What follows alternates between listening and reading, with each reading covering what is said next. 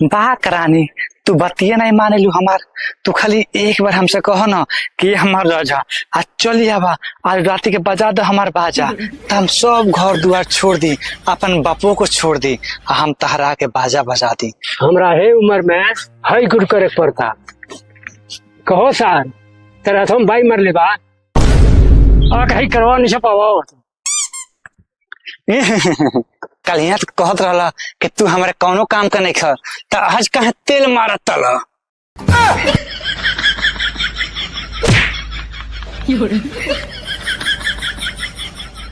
मन तो करता सार तहरे मुंह में नाड़ पिल दी, लेकिन का करी वो झुरवा का ठई हो गई। कल यहाँ तो तार बुझा के जवानी जहाज बा, आज का है का भाई गणिया फाट हुई लो, फाट गया गणिया तार हो। अरे सरवा वो तो भगवान है फाड़ के भेजले बाने। देखो जब तक गांव के आदमी कही कि बियाह कटवा का लइका, बियाह कटवा का लइका, तब तक एगो बार उखाड़ के तहर काम नहीं करब। अरे बेटा खेतवा में खाद छीटे बतन छीट देना ना हो, हम ना छिड़बे। सांझे के मुर्गा खियाए, साजी के मुर्गा पक्का खिएबे ना खियाए। चलो छीट दे, चलो आओ आओ।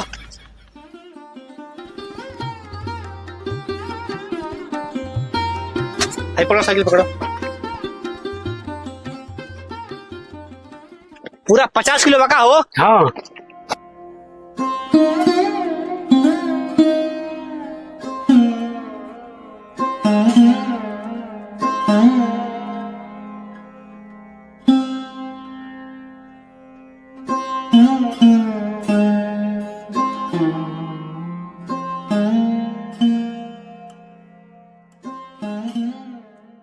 चले गए। हाँ चलेगा।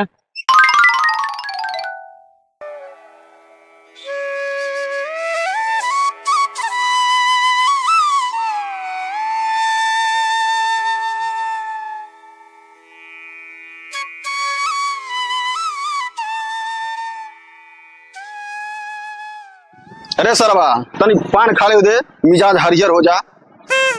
ये चाचा तनी पान लगाओ तो। अच्छा बाबू पान लगाओ तानी। हाँ तू पान खा के मिजाज हरियर आवा, तेने भूखा ने करबो से गाड़ फाटता। ए बेटा काहे तार गाड़ी फाटी, तू बिस्कुट खा लो। दो चाचा बिस्कुट दो हमू का। ए भाई छेदनपुर कहाँ बा? ए बाबू हाई पकड़ के सीधा चल जा। ए बाबू पकड़ के सीधा चल चल।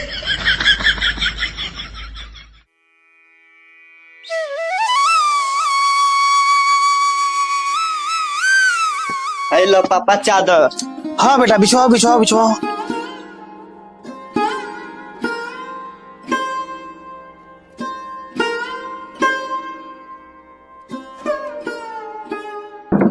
ए बाबू अंदरवा जा से देखो जो व्यवस्था सब ठीक हो गइल बा।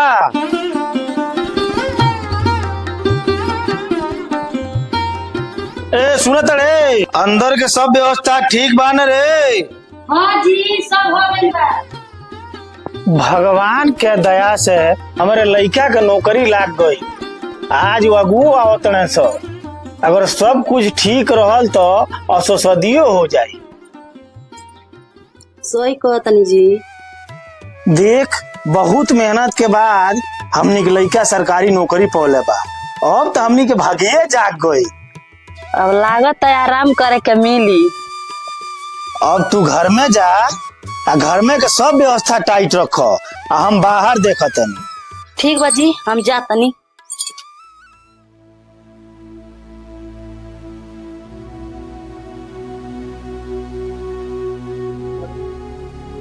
लगू सारे पैसा आ जाके परोहा पुले पर से मिठाई लेके आवसो।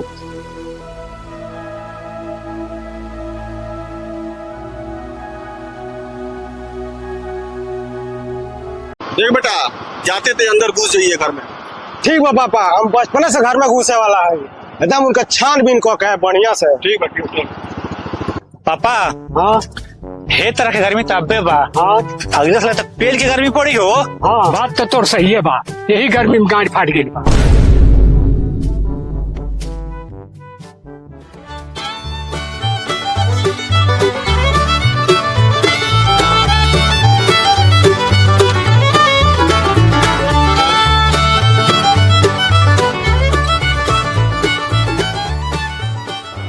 अरे बाबू अरे में 2 आदमी जाता 100 रुपये पूछल जा। ए काका फेकन घर जाए पाओ। हे बाबू कौन काम बा? फेकन घर है। ए वहाँ के घरे एगो लड़का बा, सरकारी नौकरी करेला, तनी वही लड़का के बारे में तनी शादी के विषय में बातचीत करे के बा।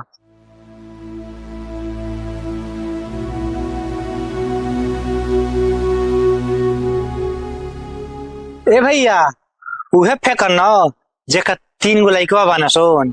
ओए भैया उहे फेकन।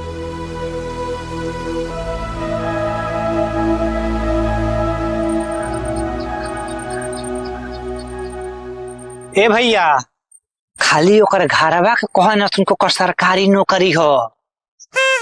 जान तनी जान ई गौवा का सब आदमी सच्चाई जानता ओकर सरकारी नौकरी नहीं हो। ओकर रामकोलवा में जूता चप्पल का दुकान बा। जान तनी जान अभी नेगौरी बात बा। बता देगा पापा हो बतिया बतला दो। बताई बताई। उनका घरवा का न नंगा नाच करे न सोन। अच्छा ई बाबू हाँ कैसन नंगा नाच?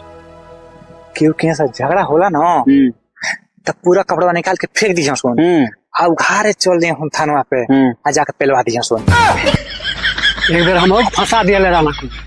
हो जान तनी जान हमार पापा बड़ा शुद्ध है ठीक बा। कौनो लाइकनी में है वो तकबे नहीं करे ने। अरे कबो काल तनी मुंह मार लेने। अरे बाप रे बाप। अरे बाबू बहुत सही के बता दिया। वो तो बहुत 420 मानसो। अरे चल चल चल घुमाओ गाड़ी घुमाओ। हाँ चल जाई जा घरे जाई जा। जा चल जा। वो बहुत हरामी है सोन। चल रे। बताए जा नहीं हमनी के बताओ नहीं है जा। नहीं बताओ जाई। चलो हो जाई जा। पापा हाँ ही काम बढ़िया होइल बा। हाँ। आने से नहीं कि आदमी हमने के बियाह कटवा कहे ना सोन। हाँ हाँ एक बात जान जा पापा। हाँ जहियल हमार बियाह नहीं हुई हाँ तहियल पूरा गांव में केहू सार के बियाह नहीं होके दे। हाँ हाँ तोर हम बिहार नहीं करो। तो मतलब कि हम रणुआ रहो पूरा गांव का लइको रही सोन। हाँ चलो तब नसीबे हमरे मोचा कलम से दूली की तरह बोलो।